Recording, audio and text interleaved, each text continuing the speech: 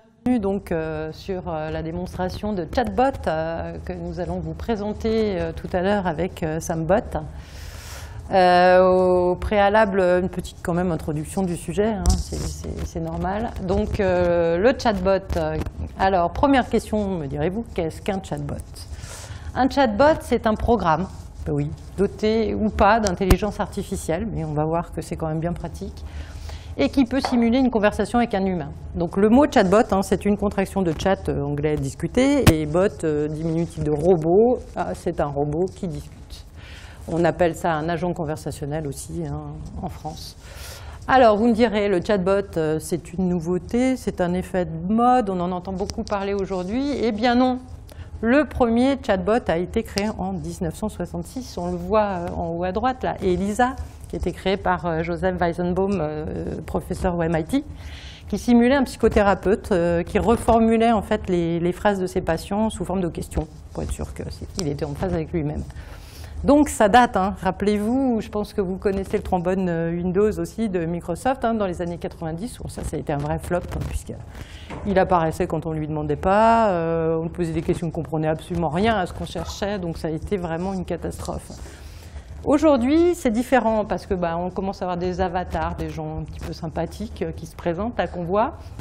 Mais surtout, tout l'intérêt des chatbots aujourd'hui, couplé aux notions d'intelligence artificielle et au fait qu'on peut utiliser des API, des services, des briques technologiques d'intelligence artificielle couplées aux chatbots pour discuter, qui sont massivement des briques concernant tout ce qui est traitement du langage naturel, donc NLP, NLU, Natural Language Processing, Natural Language Understanding, pour tout ce qui est synthèse et reconnaissance de parole.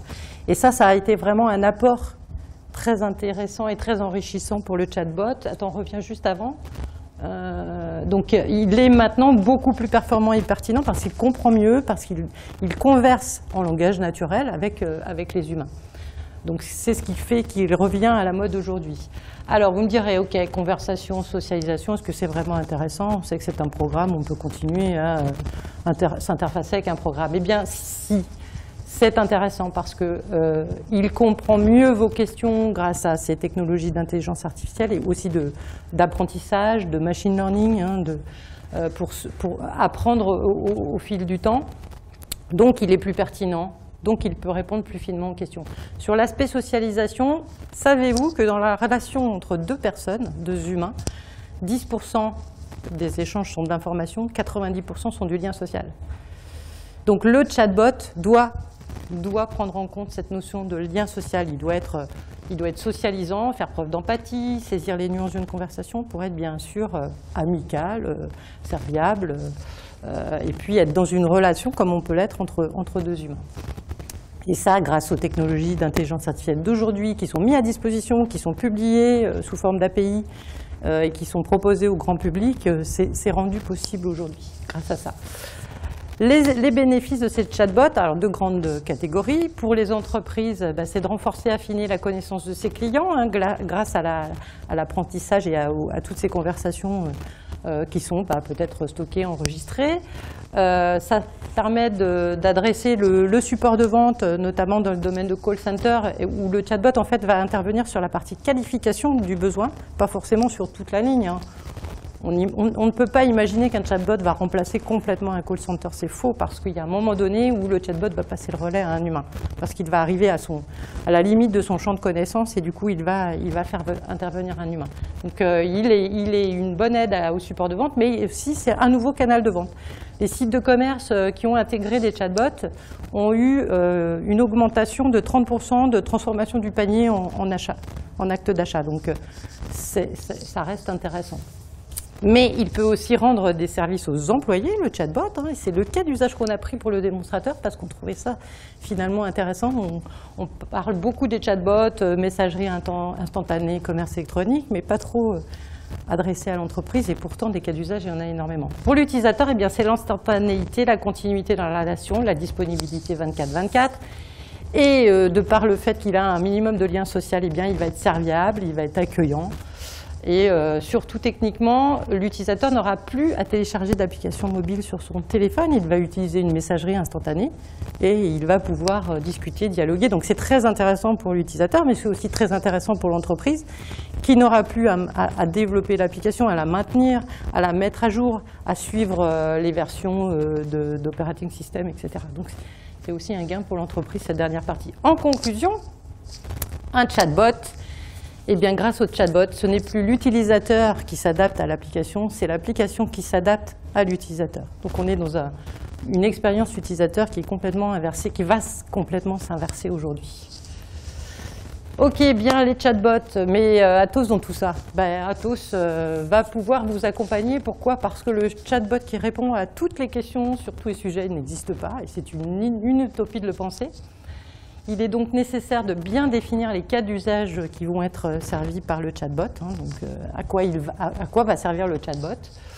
Donc Atos va vous accompagner sur la définition de ces cas d'usage, la conception, mais au-delà de ces cas d'usage, Atos a la possibilité en tant qu'intégrateur de vous accompagner aussi sur l'intégration de votre IT, de votre système d'information, donc pour pouvoir intégrer bien vos modules internes, voire même des systèmes externes, qui vont interagir avec ce chatbot. Donc vous avez 4 raisons de choisir Atos, un petit peu de publicité pour nous quand même.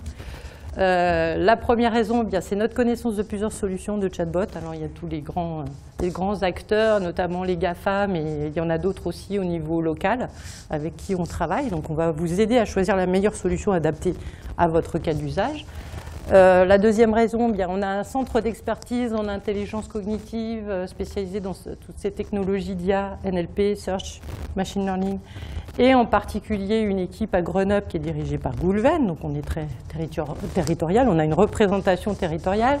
L'innovation qui est au cœur de notre ADN, on en a déjà parlé tout à l'heure, Patrice Aubineau vous l'a décrit. Et la quatrième raison, c'est qu'on a une approche adaptée pour travailler sur des projets de bots, qu'on a appelé le PEPS, pour mettre du PEPS dans vos bots. PEPS parce que le bot va être pertinent, il va répondre finement à la question qui lui est posée, la comprendre, il va être empathique, il va faire preuve de lien social, il va être personnel parce qu'il va rentrer dans une intimité avec l'utilisateur, il va faire preuve de personnalité, mais il va aussi rentrer dans l'intime, il va connaître l'utilisateur, et parce que le bot s'améliore au fur et à mesure de ses expériences de conversation. Voilà une petite explication. Donc maintenant, place à la démonstration.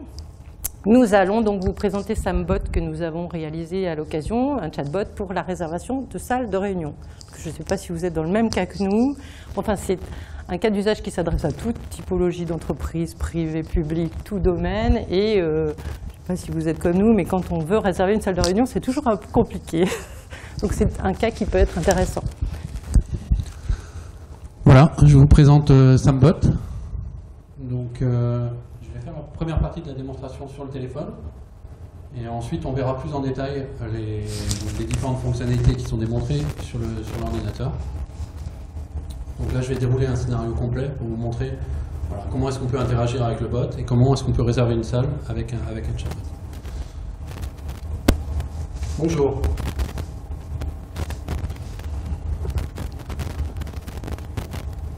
Bonjour Goulven, que puis-je faire pour vous? Donc première chose, vous pouvez voir que ça, là c'est contextualisé, je me suis connecté sur le site, et donc il sait que c'est moi qui suis présent, ce qui peut être utile pour plein d'applications derrière, que ce soit au niveau des achats, au niveau de la réservation de salles justement, où il n'y a pas besoin de me redemander qui je suis, etc. Ensuite, vous avez vu aussi que je fais du speech to text et du text to speech. C'est-à-dire que je parle, il comprend ce que je dis, il le traduit en texte, et dans l'autre sens, lorsque le bot me répond, c'est traduit en langage. Donc ça, c'est de l'intégration qu'on a faite de plusieurs solutions de speech to text, de bot et de text to speech. Réserve-moi une salle. Pour prendre en compte votre demande de réservation de salle, merci de m'indiquer le jour. Demain. Là, je déroule tout le scénario. Veuillez indiquer une heure de début pour cette réservation du 24 janvier. 9 heures.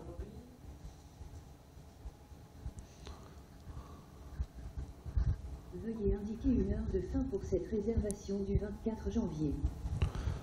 11 heures.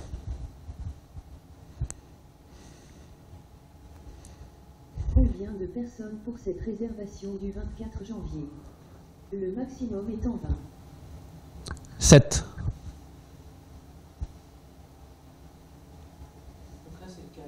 Les 7 salles disponibles le 24 janvier sont Berlioz, Champollion, Louisville, Écrin, Vanoise, Beaufortin et Chartreuse. Veuillez sélectionner une salle. Champollion. On verra tout à l'heure, mais il faut les voir. Confirmez-vous la réservation? Oui. Voilà. Donc là, il y a tout le scénario. Vous avez vu que pour pouvoir réserver une salle, j'ai besoin d'un certain nombre d'informations. Enfin, le chatbot, il a besoin d'un certain nombre d'informations. Comme j'en ai donné aucune lors de ma première phase qui réserve moi une salle, il me pose des questions pour l'ensemble des informations qu'il a besoin. La date, le nombre de personnes, l'heure de début, l'heure de fin, quelle salle, etc. Si j'avais dit... Demain, de 8h à 9h, pour 10 personnes. Voilà. Voilà, Oui, exactement. là, on a exactement. vraiment Il va reconnaître dans la première demande l'ensemble des informations qui sont déjà données et celles qui manquent et poser des questions uniquement pour celles qui manquent. En fait, en termes techniques, Merci. c'est ce qu'on appelle une intention qui est décomposée en entités. Et donc, le bot va repérer dans l'intention qui est donnée par l'utilisateur les différentes entités et celles qui manquent. Et donc, ça permet à l'utilisateur, finalement, de les inverser aussi, de commencer par le jour ou le nombre de personnes. Peu importe, ça va être détecté automatiquement. Donc, ça peut être complet, partiel et dans n'importe quel ordre. C'est tout l'intérêt de ce type de discussion. Par contre, là, je n'ai pas vu la notion d'amélioration. Enfin, il apprend, le bot n'apprend rien. Alors, on va pas le démontrer là. Par contre, ce qu'on peut vous montrer, c'est vous montrer que déjà il a appris des choses. C'est-à-dire que par exemple là, si je lui dis salut au lieu de lui dire bonjour, il comprend que l'intention est la même et que je suis en train de lui dire bonjour, quoi. Donc la compréhension du langage est déjà faite. Si je lui dis hello, ça va marcher aussi. Il apprend des éléments de langage. Voilà, c'est ça. Il va apprendre des éléments de langage. Donc, est-ce qu'il apprend des habitudes aussi?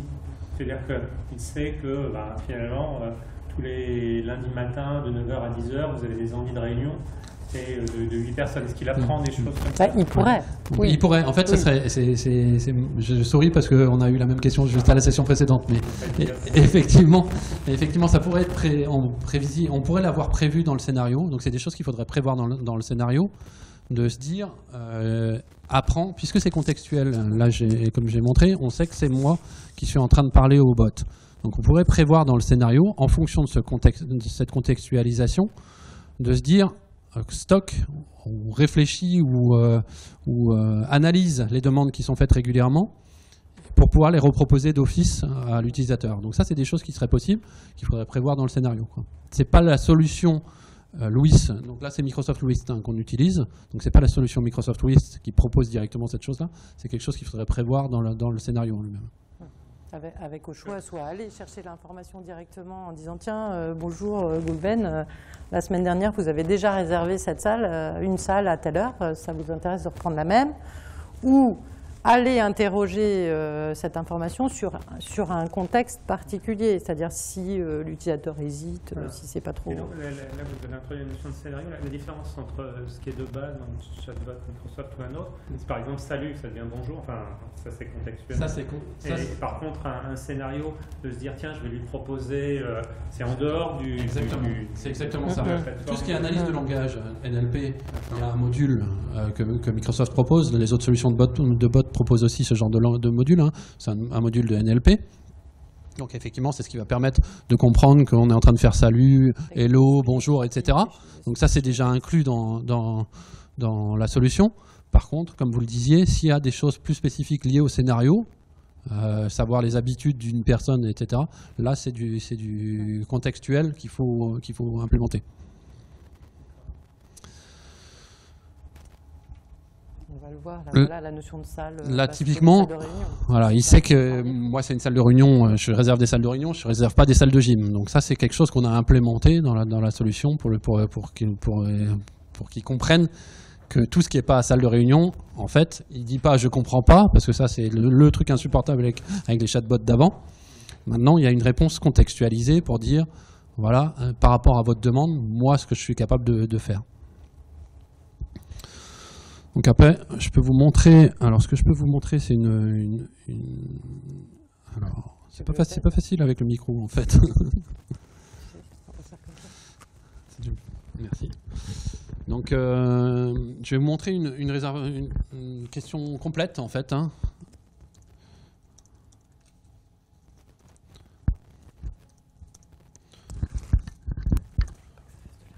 Ou pas complète, d'ailleurs. Je vais mettre juste pour le 25 janvier. Donc, si je dis pour le 25 janvier, voilà, il a compris que déjà cette information, il ne me la repose pas, hein, la date, comparé à tout à l'heure. Donc, il a compris qu'il y avait cette information de la date. Par contre, il n'a toujours pas l'information de date de début, donc il me la demande, quoi. Alors, on va passer vite sur les heures, puisque vous avez déjà vu. Oui, donc on peut gérer aussi les heures d'ouverture et de fermeture des salles, on peut voilà, gérer... Si j'avais mis 7h du mat, il aurait refusé, parce que c'est ouvert de 9h à 17h. Voilà. Ça, par contre, ça, c'est des choses du scénario qu'on a implémenté. De la même manière, le maximum la capacité maximale d'une salle, on dit que c'est 20. Si je mets 45, il va refuser, quoi. Mais ça, c'est des choses programmatiques qu'on a rajoutées par rapport au scénario qui est donné, quoi. Par contre, autre chose qu'on a rajouté aussi par rapport à la solution de base, c'est l'intégration d'un carrousel. C'est pour vous montrer un peu les fonctionnalités qui sont derrière le bot. Donc un carrousel avec l'ensemble des salles qui sont disponibles. On a intégré aussi une solution qui nous permet d'avoir des photos. Donc typiquement, quand on veut vendre des produits ou ce genre de choses, ça peut être intéressant de montrer des photos du produit. On pourrait avoir des vidéos aussi. Audio, vidéo. C'est dans le scénario complémentaire. Enfin, c'est les éléments. Exactement. Voilà, tout à fait. Et donc là, c'est là où Atos peut aider justement, hein, puisque effectivement la solution de base Louis ne permet pas ce genre de choses. Ce qu'on ne voit pas aussi, là on propose 3 salles. Pourquoi? Parce qu'il y a des salles qui sont peut-être déjà réservées sur ces créneaux ou des salles qui n'ont pas la capacité d'accueillir le nombre de personnes qui a été donné. Donc tout ça c'est pareil, c'est dans le scénario, c'est développé. Puisque c'est un cas spécifique aux salles, à la typologie des salles et aux réservations. Ici on voit aussi de l'intégration avec le système d'information, même si c'est une intégration assez simple, mais bon, là on a envoyé un mail. Donc on a la capacité au milieu de la conversation de faire des appels externes. Ça peut être des appels en envoyant un mail, mais ça aurait pu être quelque chose de beaucoup plus compliqué, hein. Un appel à une API quelconque qui va nous retourner des informations complémentaires dont on aurait besoin dans la conversation. Autre chose qui est démontrée ici, c'est la possibilité de télécharger des choses. Donc là, j'ai fait une réservation. Et dans le scénario, on a rajouté une intégration avec Outlook, avec l'invitation qui est directement téléchargeable et qu'on peut envoyer à l'ensemble des participants. Voilà. Bon, c'est juste pour démontrer les fonctionnalités qui sont derrière et qui sont possibles. Donc là, on n'a pas les destinataires finalement pour la convocation, mais on pourrait dans la conversation le demander au demandeur et envoyer la convocation directement. Bon là, c'est juste le demandeur qui va noter les destinataires, mais il a déjà toute sa salle réservée et prêt à l'envoi. Autre petite chose, donc ça c'est hors scénario, c'était juste pour vous montrer les fonctionnalités. J'ai parlé de vidéo tout à l'heure. On a tout à fait la possibilité d'intégrer une vidéo directement dans la conversation que l'utilisateur pourra voir comme il veut, plein écran. C'est par rapport à quand on détecte quelque chose, vous pouvez montrer, si vous avez détecté que la personne est intéressée par réserver la salle Champollion, vous allez lui envoyer une photo une vidéo de Champollion. Oui, c'est ça, on pourrait faire ça. Ça serait c'est par rapport à la clé que vous avez à Champollion. Tout à fait. Donc vidéo. Tout à fait. Ça, c'est votre scénario. Alors, non, le scénario, là, en l'occurrence, on l'a complètement sorti par rapport à la réservation de salle. C'était juste pour vous montrer. En fait, l'idée de cette démonstration, c'est de vous montrer les capacités du chatbot et les capacités des choses que nous, on peut rajouter par rapport au chatbot pour vous donner des idées. Pour après, vous montrer qu'on n'est pas que dans de la conversation textuelle. On peut aussi intégrer. Je comprends ce que tu fais là, mais dans le monde normal, ouais. Cette vidéo, elle est mise par qui? Cette vidéo, c'est moi, enfin c'est l'équipe qui l'a mise à l'avance. C'est l'équipe de développement. Par contre, ça pourrait être dans l'autre sens. Typiquement, on peut aussi uploader la personne qui converse avec l'agent conversationnel a la possibilité d'uploader des documents. Typiquement, si on était sur une démarche en ligne, on pourrait avoir le besoin d'uploader sa carte d'identité, par exemple. Et ce genre de choses est tout à fait possible. Et donc, ça va nous permettre, plutôt que d'avoir à l'envoyer par mail ou autrement, directement dans le bot. Le bot va nous demander à un moment donné, pouvez-vous nous envoyer votre carte d'identité. On upload le scan de la carte d'identité et ensuite c'est pris contextuellement dans la conversation. Donc ce genre de choses est tout à fait possible. Aussi solliciter l'appareil photo du smartphone ou la webcam pour prendre la photo et l'uploader aussi. L'utilisateur. Enfin, voilà, les possibilités sont maintenant très étendues sur ce qui est capable de faire. C'est vraiment à vous de voir le cas d'usage sur lequel vous pouvez appliquer ce genre de choses. Ça peut aller de choses très simples comme une FAQ. On va remplacer la FAQ sous forme de document ou sous forme web où on a les liens avec les 3 questions et puis les réponses associées. On peut remplacer la FAQ par ce genre de choses qui est beaucoup plus convivial. On va pouvoir demander plus d'informations, on va pouvoir poser la question différemment, etc. Mais alors justement, quand on part d'une FAQ, donc la FAQ ça va être la source d'information. Si je pose une question dont la réponse elle est dans la FAQ, il me sort la FAQ ou il va trouver l'information? Il va aller trouver l'information. Il va trouver l'information. Il va représenter contextuellement. Il va trouver l'information. Il va trouver l'information. Il peut aller trouver l'information. Donc si c'est une FAQ simple, on va avoir défini un certain nombre de questions. Et donc il va comprendre non seulement les questions, mais les dérivés des questions. C'est-à-dire que si au lieu de dire je veux, je dis je voudrais ou des choses comme ça, il va comprendre aussi. Il va donner la réponse donnée. Donc ça, c'est la FAQ toute simple. Après, on peut aller sur des choses beaucoup plus évoluées qui vont aller faire appel à des informations qui sont dans le système d'information. Où on va avoir non seulement la liste de questions qui sont là-dedans, mais on peut avoir aussi la possibilité d'aller interroger à travers un moteur de search, par exemple, des documents qui sont dans le système d'information pour apporter encore d'autres réponses. Et après, on peut aller encore plus loin. C'est-à-dire que si vraiment le chatbot n'a pas de réponse, dériver la question vers un humain, un call center, etc., qui va du coup prendre la question et ensuite on va revenir dans le contextuel. Donc tout ce genre de choses est possible. Et là, il est nécessaire de pré-traiter ces informations ou bien on peut intégrer des outils qui vont comme le search, qui vont finalement se débrouiller. Il n'y a pas besoin de... Enfin, je l'ai la question des vieilles FAQ. Est-ce que dans un schéma comme ça, je suis obligé de reprendre toutes mes FAQ pour qu'elles... pour mettre des marqueurs ou je ne sais pas quoi à l'intérieur dedans ou bien est-ce que... Alors il y a un premier niveau.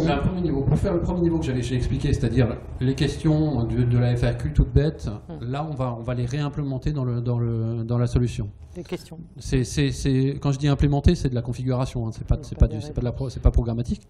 Donc on va réimplémenter ces questions-là dans la solution de chatbot qui sera sélectionnée. Après, pour la deuxième étape qui est avec le moteur de search, il faut avoir défini les scénarios qui sont corrects dans le moteur de search, avec les bonnes entités, etc. derrière. Et ensuite, c'est de l'intégration relativement simple.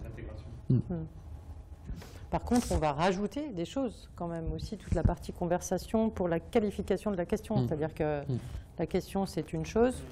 Mais comme on disait tout à l'heure, l'utilisateur ne va pas forcément formuler la question telle qu'elle est attendue. Donc il y a toute cette partie-là qui sera rajoutée sur comment traiter la question sous une autre forme, avec des compléments d'information ou des manques d'information. Tout à fait, tout à fait. La notion de tout à l'heure, on voyait demain, le fait de dire à un chatbot, réserve-moi une salle demain, le bot ne sait pas techniquement, il faut transformer ça en date, savoir que c'est contextuel par rapport à la date du jour, etc. Ça, c'est le chatbot. Ça se rajoute. Ça, ou c'est un scénario qui dit... C'est le chatbot. C'est le chatbot. Au plus tôt, par exemple, c'est aussi un scénario, c'est pas le... Oui. Genre, réservez-moi une salle au plus tôt. Oui. Et c'est pareil, c'est aussi programmatique en fait. Alors, c'est des choses qu'il faut prévoir. Après, il y a des solutions de chatbot qui proposent des services prédéfinis comme ça, mais pas tous. Ça va dépendre de la solution, oui, tout à fait. Vous parliez de l'aspect social, le non-verbal, tout ce qui est autour. Je trouve que le bot là est quand même assez formel, très structuré, répète à chaque fois la même chose et c'est un petit peu lourd. Enfin, il ne passera pas de test sur tout de suite. Est-ce que... Ah ça, c'est une vraie question. Il y a moyen de de le rendre un petit peu plus interactif, un petit peu plus social, et de changer, Oui, oui. D'ailleurs, c'est conseillé. Enfin, après, là, on a travaillé rapidement sur une démonstration. On est parti de rien pour vous montrer qu'on était en capacité de faire des choses rapidement. Mais toute la subtilité de l'échange, effectivement, la socialisation du bot, elle doit être ajoutée après pour toutes les subtilités de langage, les subtilités d'expression. Après, le test de Turing, c'est très intéressant parce que ça fait très longtemps que ça existe. Jamais aucun robot ne passera le test de Turing. Et il y a même, je vous conseille d'aller regarder ce qui a été publié par des chercheurs sur ce qu'on appelle la vallée de l'étrange. C'est en fait une zone où en fait, le robot est tellement humanisant et tellement socialisant que l'humain ne s'y retrouve plus. C'est-à-dire que le robot, c'est comme un humain, mais ce n'est pas un vrai humain. Donc l'humain, au fil de la discussion, de la conversation, se rend compte que ce n'est pas un humain qu'il a en face de lui. Et c'est beaucoup plus perturbant que de savoir au départ que c'est un robot qui est socialisant, un robot sympa, hein, plutôt que de donner l'impression que c'est un humain. Enfin, voilà. Donc il y a des tas de publications qui sont très intéressantes sur le sujet que je vous conseille de regarder. Il y a plein de chercheurs qui disent qu'on ne pourra jamais atteindre la perfection du robot qui est exactement comme l'humain. Voilà. Donc le test de Turing ne fonctionnera jamais. Fonctionnera jamais. Oui, des fois, ils ont les mêmes réponses aussi. Alors oui, par contre, à l'inverse, là, c'est plus embêtant que des robots que des humains ne passent pas le test. Pour compléter, il y a certaines solutions de chatbot qui ont une analyse d'émotion. Donc, ils sont capables de voir si la personne est énervée, par exemple, ou ce genre de choses, et de réagir en fonction de ça. Par exemple, si on voit que la personne commence à s'énerver, on va avoir la possibilité de la diriger vers un humain qui va pouvoir calmer un peu et voir exactement quel est le problème. Donc ce genre de choses, ça existe par contre. Donc ça, c'est des choses qui sont possibles. Et vous avez comparé, vous avez mentionné Microsoft, Airflow, les technologies. Ils ont chacun leurs avantages inconvénients. Ils ont chacun leurs forces en fait. Ça va vraiment dépendre du use case, des besoins que vous avez. Il y a aussi des différences au niveau de l'implémentation et au niveau de la localisation du bot. Là, par exemple, on est sur la solution Microsoft, et c'est en cloud. Donc, on est forcément chez Microsoft. Il y a l'interaction avec Microsoft, alors que certaines solutions peuvent être on-premise. Voilà. Il y a un certain nombre de critères, soit au niveau du use case, soit au niveau de l'implémentation, etc., qui vont définir quelle est la solution vers laquelle on peut vous orienter. Oui, puis il y en a qui s'intègrent plus ou moins bien dans les systèmes d'information au niveau technologique. Hein. Vous n'allez pas demander au bot de Google de s'intégrer dans un environnement Microsoft ou autre. Enfin, il y a des fois des contraintes aussi techniques. Mais ils ont tous des avantages et des inconvénients, en fait. Je pense qu'on va... C'est l'heure. Par contre, juste pour finir, excusez-moi, le scénario, le cas d'usage que vous aurez alors utilisé avec un bot, vous pourrez le réimplémenter facilement dans un autre, parce que les principes d'entité, relation, intention, etc., c'est toujours les mêmes concepts techniques. Donc, c'est pas un problème. Ce qu'on va retrouver, effectivement, c'est souvent le premier pas pour implémenter. Nous, la plupart de nos clients, effectivement, je vous ai cité le cas de la FAQ, parce que c'est ce qu'ils nous demandent généralement comme premier pas, parce que c'est un cas simple, évident. Donc on a ça, et ensuite on va bâtir, enrichir le bot petit à petit. C'est quelque chose qui est fait étape par étape. Et en fait, une fois que c'est implémenté, c'est un peu comme les solutions de search. Une fois que c'est implémenté et que c'est mis en place une première fois, ça donne plein d'idées aux gens de rajouter d'autres fonctionnalités. Quoi. Et enrichir, parce qu'aujourd'hui on en voit aussi finalement où on utilise, je sais pas si c'est chatbot, mais sur les sites marchands, finalement c'est d'autres usagers qui vont aider un utilisateur. Je me connecte, puis mon message est envoyé à un autre utilisateur qui est connecté en même temps. Ces informations-là, j'imagine que par un scénario quelconque, elles peuvent servir à enrichir la base de FAQ. Tout à fait, elles vont enrichir. Ça, c'est du scénario, c'est pas du... C'est du scénario, oui, tout à fait. Oui, puis c'est travaillé manuellement derrière aussi, hein. C'est pas automatique. Il y a du filtrage aussi, parce que l'auto-apprentissage, c'est pareil, c'est pas quelque chose qui est encore très open. On est obligé de passer à la suite. Voilà, merci à vous. 11h30, si vous avez des questions, n'hésitez pas. Oui. Oui.